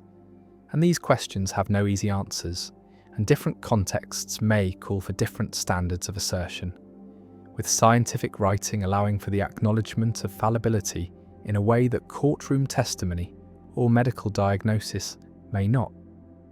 The author sits with the completed manuscript, proud of the work yet aware of its limitations, believing each sentence yet doubting the whole, and this dual attitude, far from being irrational, seems to be the mark of a careful and honest thinker, someone who takes seriously both the evidence for individual claims and the statistical likelihood of error.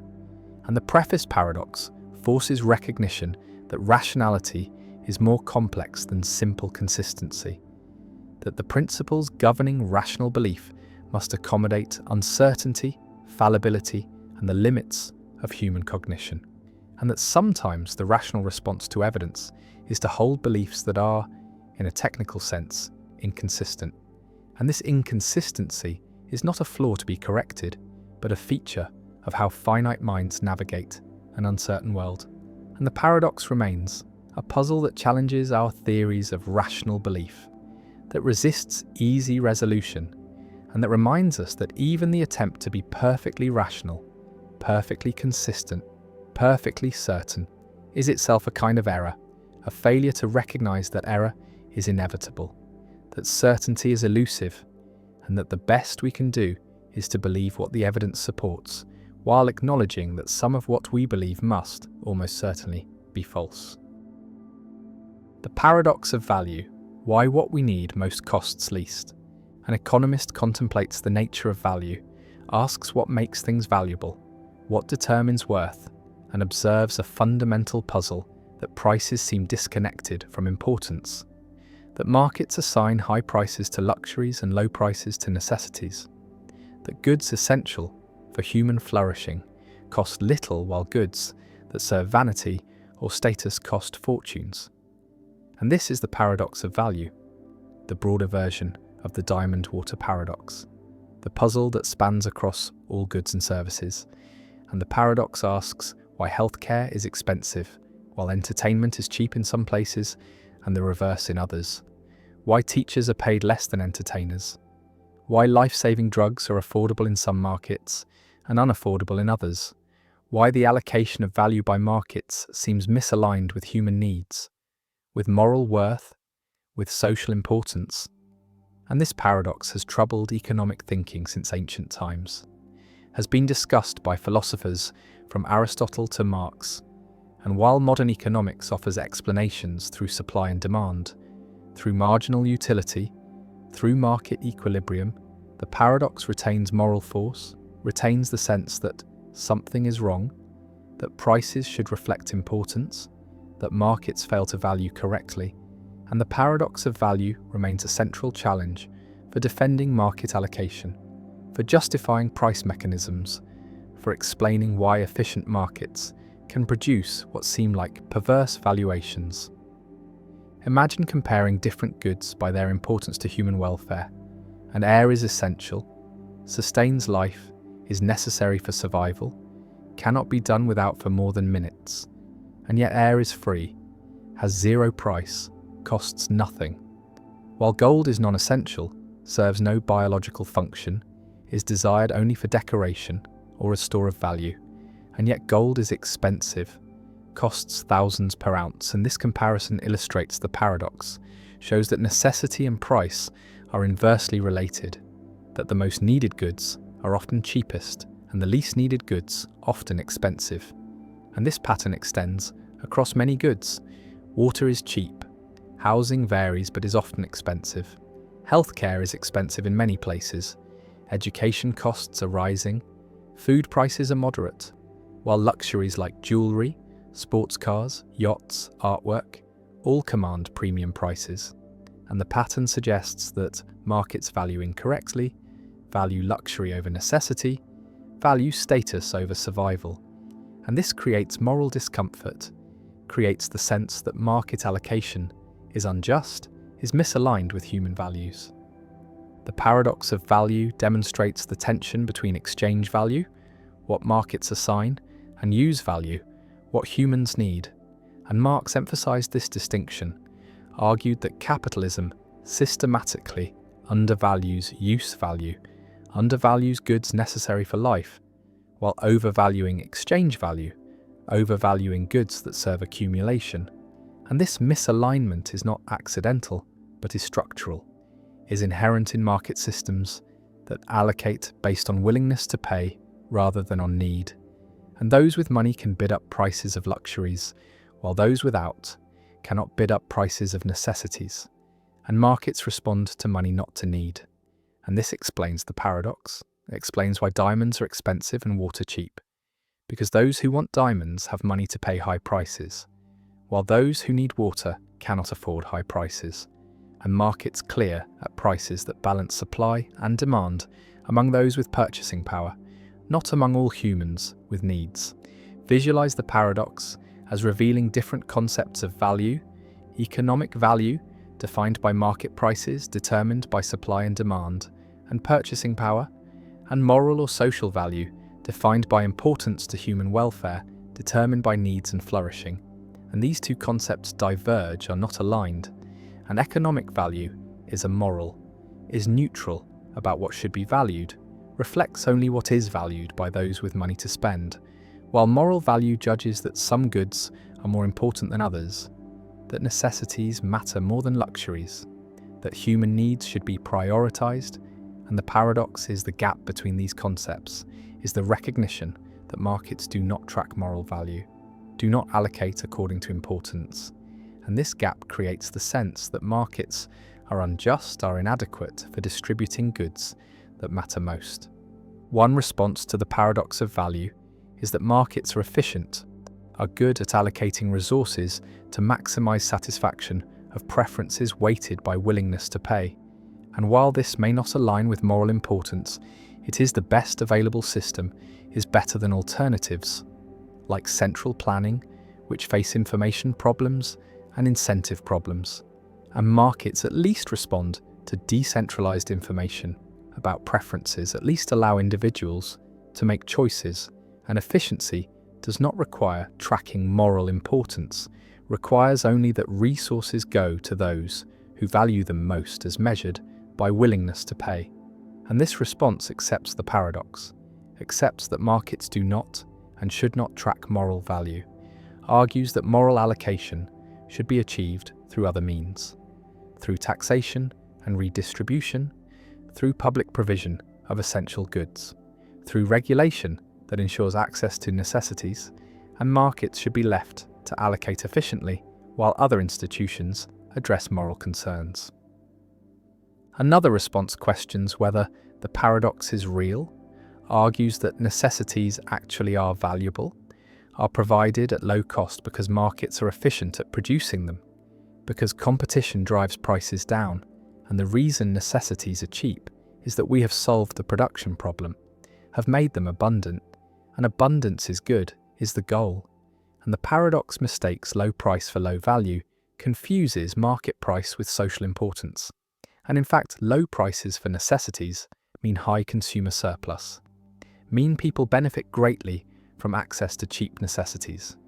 And this is success, not failure. Is markets working well? Not markets failing. And the paradox dissolves once we recognize that low prices for necessities reflect abundance and efficiency rather than lack of value, and high prices for luxuries reflect scarcity and inefficiency rather than high value. A third response embraces the paradox, accepts that markets misallocate, argues that essential goods should not be left to markets, should be provided through public systems, through universal healthcare, through public education, through subsidized housing, and markets can allocate luxuries, can determine who gets diamonds and yachts. But necessities are different, require different allocation mechanisms, require ensuring universal access regardless of ability to pay. And this social democratic response uses the paradox to argue for limits on markets, for sectors where market allocation is inappropriate, where public provision is necessary, and the paradox becomes an argument for mixed economies, for market allocation in some domains and public allocation in others. The paradox also appears in labour markets, where compensation seems misaligned with social importance, and teachers are paid less than entertainers, nurses less than financiers, social workers less than lawyers, and this pattern suggests that markets undervalue socially important work, undervalue contributions to welfare and education and care, while overvaluing contributions to entertainment and finance. And this creates moral discomfort, creates the sense that labour markets are unjust, and explaining the pattern requires understanding supply and demand for labour, requires recognising that compensation reflects scarcity and productivity as measured by market value, not social importance, and teachers are abundant relative to demand while CEOs are scarce, and market productivity of CEOs as measured by profit contribution exceeds that of teachers. And these factors determine compensation, not social importance. And this explains the pattern but does not eliminate the moral concern, does not resolve the sense that something is wrong with a system that pays entertainers more than educators. Some argue that the paradox of value reveals limits of price as measure of value, reveals that not everything important can be priced, that some goods resist commodification, that markets are appropriate for some goods and inappropriate for others, and market prices are useful for allocating produced commodities but are inadequate for allocating access to health, education, safety, justice, and these latter goods require different allocation mechanisms, require treating them as rights or entitlements rather than as commodities to be purchased. And the paradox supports this view, supports the idea that markets have limits, that not everything should be for sale, that some forms of value resist market logic. The necessities remain cheap, the luxuries remain expensive, and the paradox persists. Prices diverge from importance, exchange value diverges from use value, markets allocate without regard to need, and the pattern continues, and the paradox of value endures as a permanent feature of market systems, endures as a moral challenge to market allocation, and resolving the tension requires either accepting that markets are amoral, are efficient but not just, and supplementing markets with institutions that ensure access to necessities, or rejecting markets for essential goods, replacing market allocation with public provision.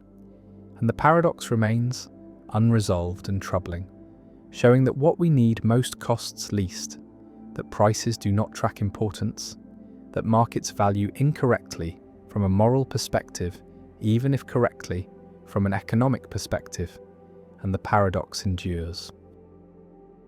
The phantom limb. Paradox: why missing body parts still feel present. A soldier loses an arm in combat. The limb is amputated, no longer exists, no longer is connected to the body, and yet the soldier feels the arm, feels it present, feels sensations in fingers that are not there, feels the arm moving, feels it itching, feels pain in the missing hand. And this sensation is vivid, is compelling, is indistinguishable from sensations in real limbs. And this is the phantom limb phenomenon experienced by the vast majority of amputees, where missing body parts continue to be felt, continue to be represented in consciousness. And the paradox is that the brain maintains a representation of a limb that no longer exists, continues to generate sensations attributed to that limb, continues to include it in the body schema, despite clear evidence from vision and from direct inspection that the limb is absent.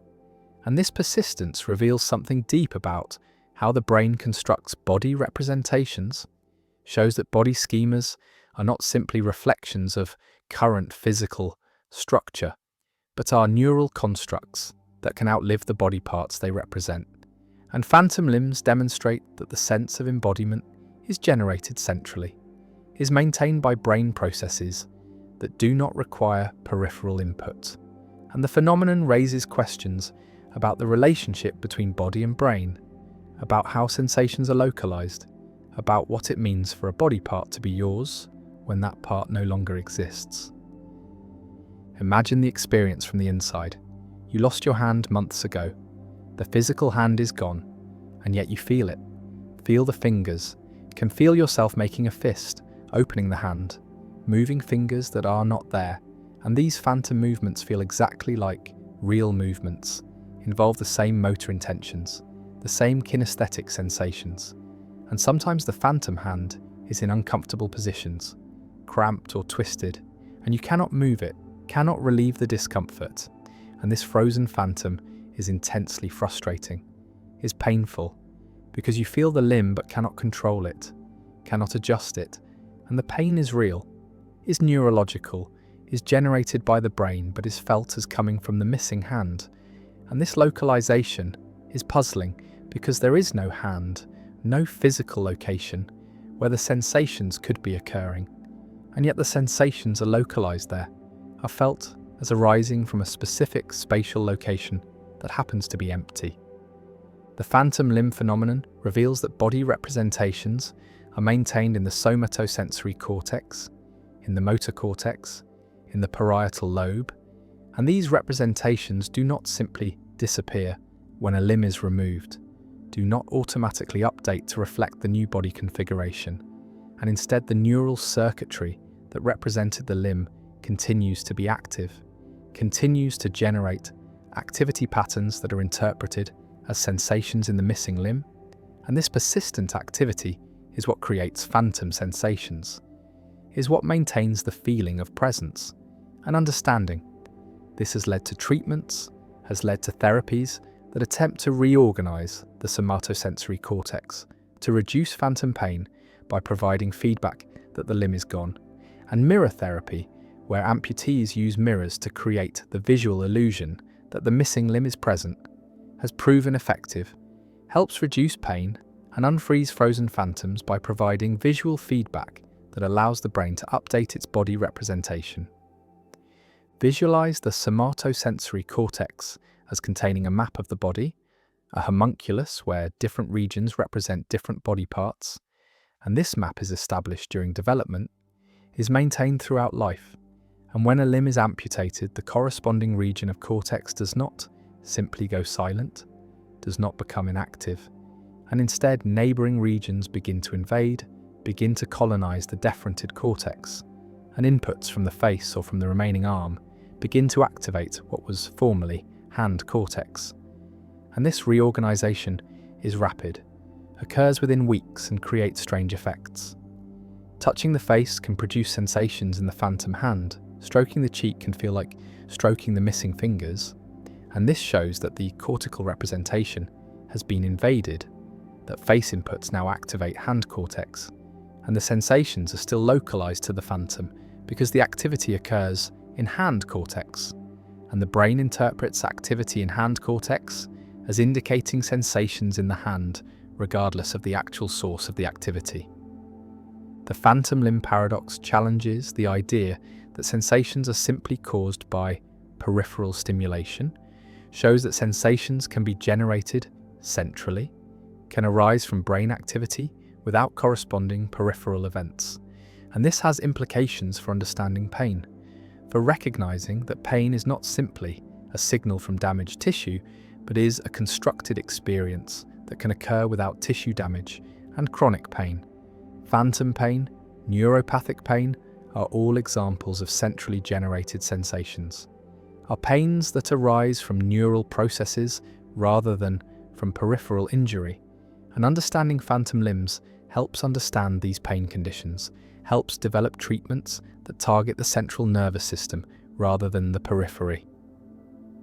The phenomenon also raises philosophical questions about the extended mind, about whether the body is part of the mind or is merely a tool used by the mind, and phantom limbs suggest that the body representation is part of the mind, is a core component of self-representation, and the representation persists even when the body part is gone. And this shows that the mind includes representations of the body, includes body schemas that are not simply passive reflections of physical structure, but are active constructs that shape experience. And the phantom limb is a representation without a referent, is a body part in the mind, but not in the world. And this dissociation shows that minds represent bodies, and representations can outlive what they represent. One variant of phantom limbs occurs in congenital amputees, people born without limbs, and some congenitally limbless individuals report phantom limbs, report feeling limbs they never had. And this is surprising, suggests that body schemas are not entirely learned, are not simply acquired through experience with actual body parts, but have some innate component, are partly specified by genetic programs that establish expected body structure. And when these programs run, they generate representations of limbs, even when those limbs never existed. And this shows that body schemas are not simply empirical generalizations from sensory experience, but are structured expectations about what bodies should be like. And the brain generates these representations even in the absence of corresponding body parts.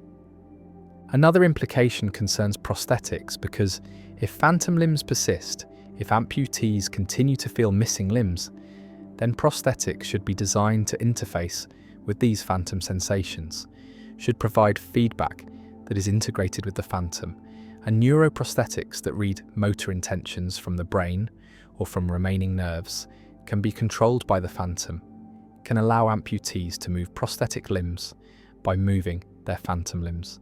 And this creates a seamless interface, allows natural control, and the phantom limb, rather than being a problem, becomes a solution, becomes the interface between brain and prosthetic.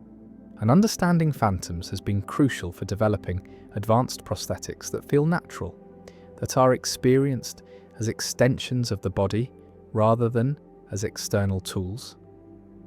The phantom also appears in other contexts: phantom breasts after mastectomy, phantom genitalia after surgery, phantom teeth after extraction, and all these phantoms reflect the same underlying mechanism, the persistence of neural representations after the represented body parts are removed, and the generality of the phenomenon shows that it is not specific to limbs but applies to any body part, and body schemas for all body parts can persist as phantoms.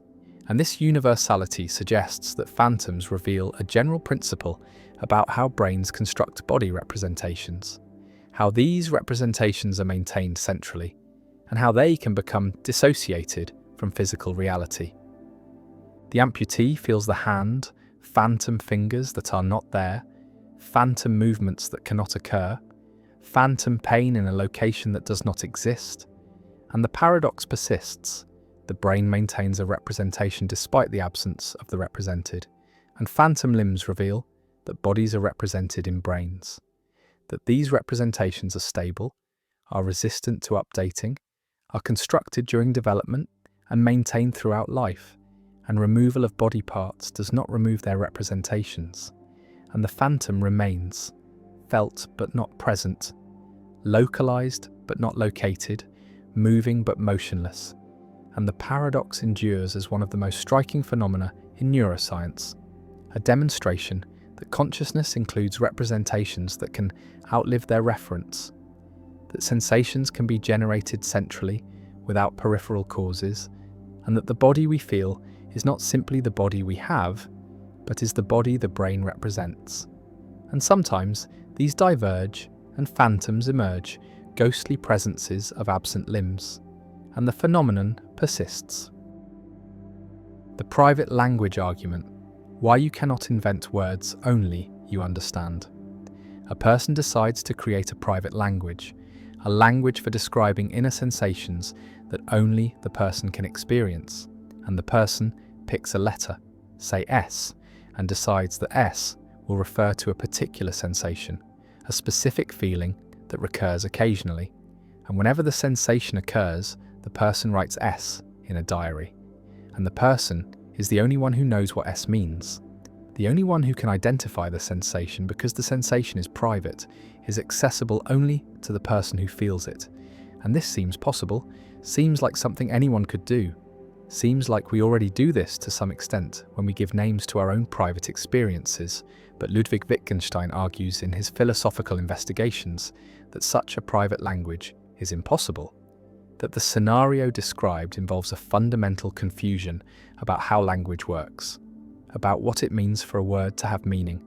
And this is the private language argument, one of the most discussed and controversial arguments in 20th century philosophy, a challenge to the idea that we can give meaning to words through private mental acts of association, through inner ostensive definition, and an argument that meaning requires public criteria, requires shared practices, requires more than individual intention or inner recognition. Imagine the person using S over time, writing it when the sensation occurs, and now the question arises: how does the person know they are using S correctly? How does the person know that today's sensation is the same as yesterday's sensation, that both deserve the label S, and the person consults memory, remembers what S means, remembers the sensation, and judges that yes, the current sensation matches, deserves the label S. But Wittgenstein asks what makes this judgment correct. What distinguishes correctly remembering what S means from merely seeming to remember correctly? And in a public language, there are external checks. Other speakers can correct mistakes, can point out when a word is misused.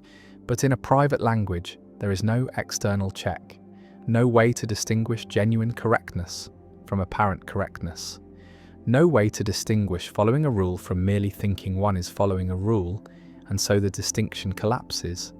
And if there is no distinction between being right and seeming right, then there is no meaning, no rule, no language, only the illusion of language. The argument can be stated as a dilemma. Either the private language user has a criterion for correct use of S, something that determines when S applies and when it does not, or the user has no criterion, and if there is a criterion, then it must be something public, something that could, in principle, be recognized by others, because private criteria are impossible, cannot distinguish correct from incorrect application, and so the language is not really private. And if there is no criterion, then S does not have a meaning, does not refer to anything determinate, is just a mark that the user writes arbitrarily. And either way, private language fails. Either it is not really private or it is not really language, and the conclusion is that language requires public criteria, requires embedding in shared practices, requires more than inner acts of association. Visualize the private language user checking whether to apply S, looking inward, consulting the memory of what S means, and judging that the current sensation matches. And Wittgenstein compares this to buying several copies of the same newspaper to check whether the first copy was telling the truth. The consultation of memory is not an independent check, not a genuine verification, because memory itself might be mistaken, and there is no way within the private framework to correct memory, no external standard against which to test it. And so the whole enterprise collapses into subjectivity, into whatever seems right is right. And this destroys meaning, makes S meaningless, because there is no distinction between correct and incorrect use. The private language argument has profound implications for philosophy of mind, for theories of consciousness, for the question of whether mental states are purely private or whether they have public dimensions, and if private language is impossible, then purely private mental states are problematic, are not the kind of thing we can talk about or think about in determinate ways. And this suggests that even our inner lives, even our private experiences are shaped by public language, by shared concepts, by social practices. And there is no purely private realm of experience that exists independent of language and society. One response to the argument defends private language, argues that Wittgenstein's standards for meaning are too strict, that memory can serve as a criterion even if it is fallible, that we do have private access to our sensations, and that this access, combined with memory, is sufficient to ground meaning.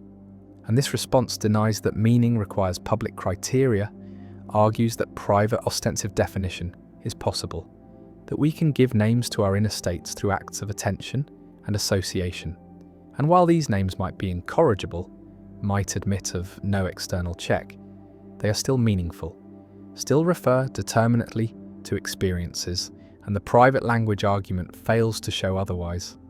Another response accepts that individual private language is impossible, but argues that this does not threaten our understanding of consciousness or inner experience, because we do not actually use private language, we use public language to describe our inner states, and words like pain and sensation have public criteria, have behavioural and contextual conditions for application, and so there is no need for private language, no loss if private language is impossible, and the argument's conclusion, rather than being threatening, is liberating, shows that language is essentially social, that meaning is public, and that our inner lives are not sealed off, but are accessible through language and behaviour. A third response questions whether Wittgenstein's argument succeeds, argues that it proves too much, that if private language is impossible, then all language is impossible, because even public language requires individuals to remember meanings, to apply rules based on memory and judgment, and if memory is insufficient for private language, why is it sufficient for public language?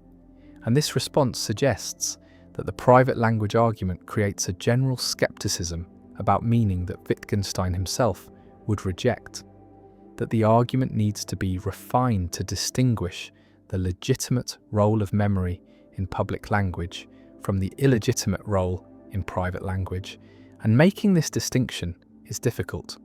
The private language argument also connects to broader issues about rule following, about what it means to follow a rule, to do the same thing repeatedly, to continue a series, And Wittgenstein's point is that rule following is not a matter of inner interpretation, not a matter of grasping a meaning in the mind, but is a matter of practice, of training, of embedding in a community. And rules are constituted by practices rather than by mental states. And following a rule is doing what counts as correct within a practice, not doing what seems correct to an isolated individual. And this social account of rules shapes Wittgenstein's philosophy of mathematics, of logic, of language, and underlies the private language argument. The person sits with the diary with entries of S scattered through the pages, and the question remains whether S means anything, whether the person is using language or merely making marks.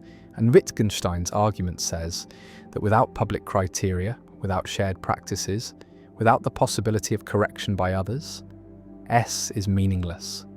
The diary is not a record but a pretense, and the private language is not language at all.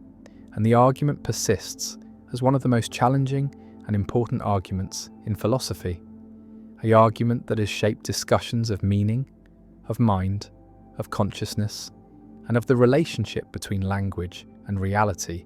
And whether the argument succeeds remains disputed, remains a matter of ongoing philosophical debate, but its influence is undeniable, has changed how philosophers think about private experience, about meaning, about the conditions that make language possible, and the private language argument endures as a permanent challenge to Cartesian conceptions of mind, to the idea of a purely private inner realm, and to theories that ground meaning in individual mental acts rather than in public practices. And the diary sits closed, the S entries unreadable, meaningful, or meaningless depending on whether Wittgenstein is right, and the argument remains powerful and controversial, a landmark in 20th century philosophy.